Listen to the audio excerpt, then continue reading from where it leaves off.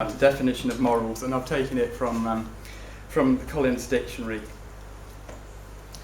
Morals are concerned with or relating to human behaviour, especially the distinction between good and bad, or right and wrong behaviour.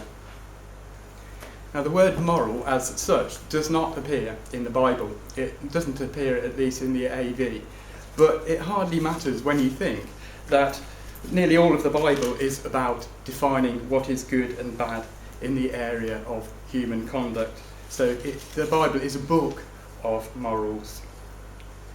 The Collins Dictionary also has a secondary meaning to the word moral. Moral, adhering to conventionally accepted standards of conduct, which reminds us then that there is a prevalent view nowadays that there is no absolute when it comes to a standard of morality, and that there is no absolute authority to tell us what is right or wrong. And so therefore the assumption prevalent is that human beings, have to work out for themselves and amongst themselves what is right and wrong. That is not to say that people don't have morals. As Mike said, there's a strong judicious system. It's a very moral world in its own way. Some of the rules are good, some of them are not good. And so if you like, the present system of morals is like an edifice built on shifting sands, the shifting sands of human understanding and opinion. And that house will come one day crashing down around those who live in it. Whereas Jesus said that those who listen to his teachings and put them into practice are like someone who builds their house on a rock. And we all know, the wisdom of that. As Christadelphians then, we take our moral values straight from the teachings of the Bible. We have very good reasons to believe that the Bible is the Word of God, and that God is the absolute authority, and that in certain aspects of our conduct, for reasons that he knows best, and for our good, he has set absolute standards of behaviour. Not for everything we do, of course, but certain aspects of our lives are regulated by God, and he expects us to live a moral life in the way that the Bible defines morals. So in the Bible then we have some explicit commands, and we can think of the 10 Commandments, which are very, very clear. There's no ifs or buts about that. Then we are given, there are not, as Nathan said last week, there are not laws for every situation we find ourselves in, and morality, it's about our actions in every aspect of our lives. There are not necessarily exact rules for every situation, but we are given principles to consider and weigh up. We are given case histories in the Bible. Look at the life of Joseph, for example. The lives of all these great Bible characters. We see them putting into practice principles behind which there are commandments. And we are given warnings and encouragement. We are given proverbs and wisdom. So God's done it in many different overlapping ways to help us in situations which are not exactly clear to us. And God expects us to really seek out in the moral challenges that we do have in every aspect of our lives, our working life probably in particular. There's a strong culture out there.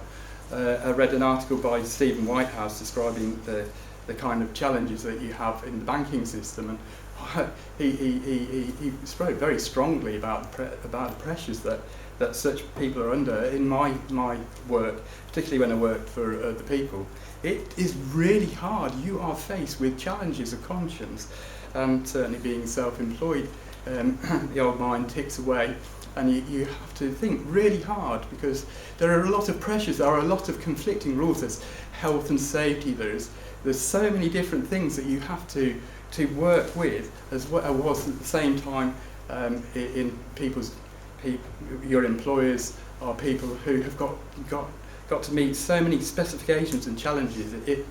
It's hard work, and God expects us to seek out to really put a lot of thought to pray for guidance.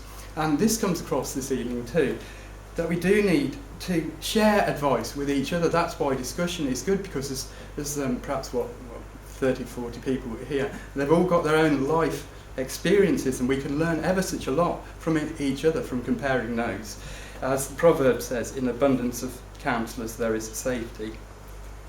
And Jesus, in the Sermon on the Mount, as a good translation, he said, keep on asking, it will be given you. Keep on seeking, and you will find. Keep on knocking, it will be open. So God will enable us to find the answers to these crucial questions. He's not going to leave us in the dark, but we have to persist. And there is a lot at stake, because the decisions we make now can have consequences that go beyond our control quite quickly. We set in motion a chain of events, and we reap what we are sowing now. So it's really crucial we get it right. I'd like to suggest that the only way to deal with this is to go to the heart of the matter, because morality is the whole spread of our lives, but how our heart thinks will affect how we respond. Sometimes in a moment we have to make a quick decision, and we're going to have to live with that. So we've got to get our hearts right. And the battleground then is our hearts, and just quickly looking at Jeremiah 17 verse 9, reminding us of the problem that we all have, and not only ourselves, but those around us who we might be influenced by. Jeremiah 17 verse 9. We could, of course, have quoted Romans 7 and the battle that Paul had, the things that he wanted to do, he found it he wasn't doing. Jeremiah 17 verse 9, from the ESV. The human heart is more deceitful above all other things and desperately sick. Who can understand it? Verse 10 answers the question, I, the Lord, search the heart and test the mind, to give to every man according to his ways, according to the fruits of his deeds. So these things that happen to us, God allows them to be a test, because he wants to examine us. And King David knew as well as anybody what it was to have his heart examined by God. It was a painful experience. Psalm 51 verse 10, it's a fantastic psalm, thinking about our problem. He knew it was the heart. He erred in his heart long before he committed the sins that he committed. Psalm 51 verse 10. Create in me a clean heart, O God, and renew a right spirit within me. And David knew what God was looking for in this new clean heart. Verse 6. Behold, your delight is truth in the inward being. You will teach me wisdom in the secret heart. So it is right in our insides that we have got to get right. But how do we get truth into that inward part? Because it wasn't there when we were born. Hebrews chapter 4 verse 12. And I'm reading from a modern version here. It does put it really clearly. Familiar words. Hebrews 4 verse 12.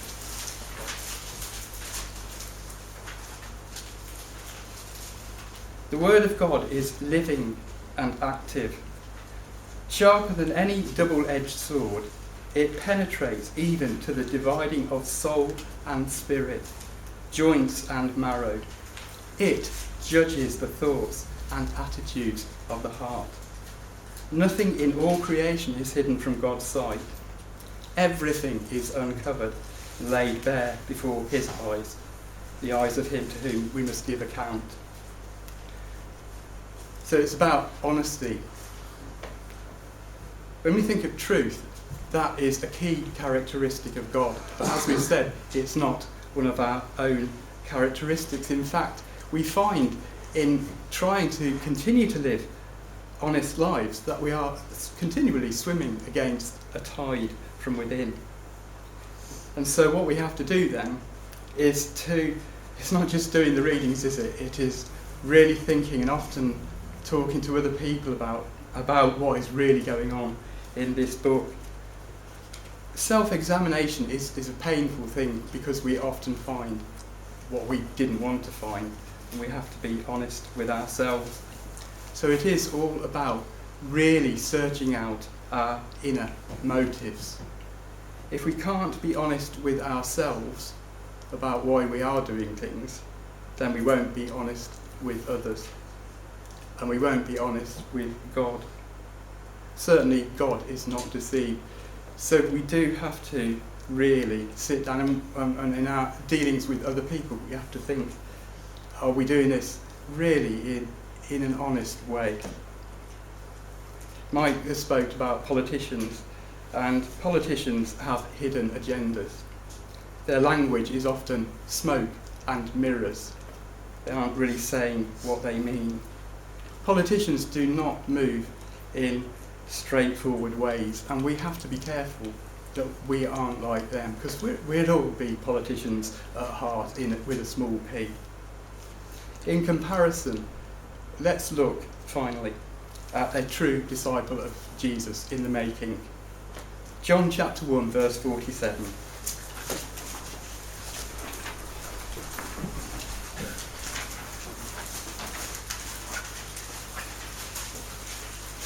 Was right at the beginning of the ministry of Jesus. John chapter 1 verse 47. Jesus saw Nathanael coming towards him and said of him, "Behold, an Israelite indeed, in whom there is no guile."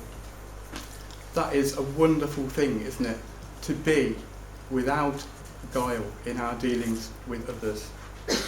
I wonder if Jesus will say the same to you and to me when we meet him at his return.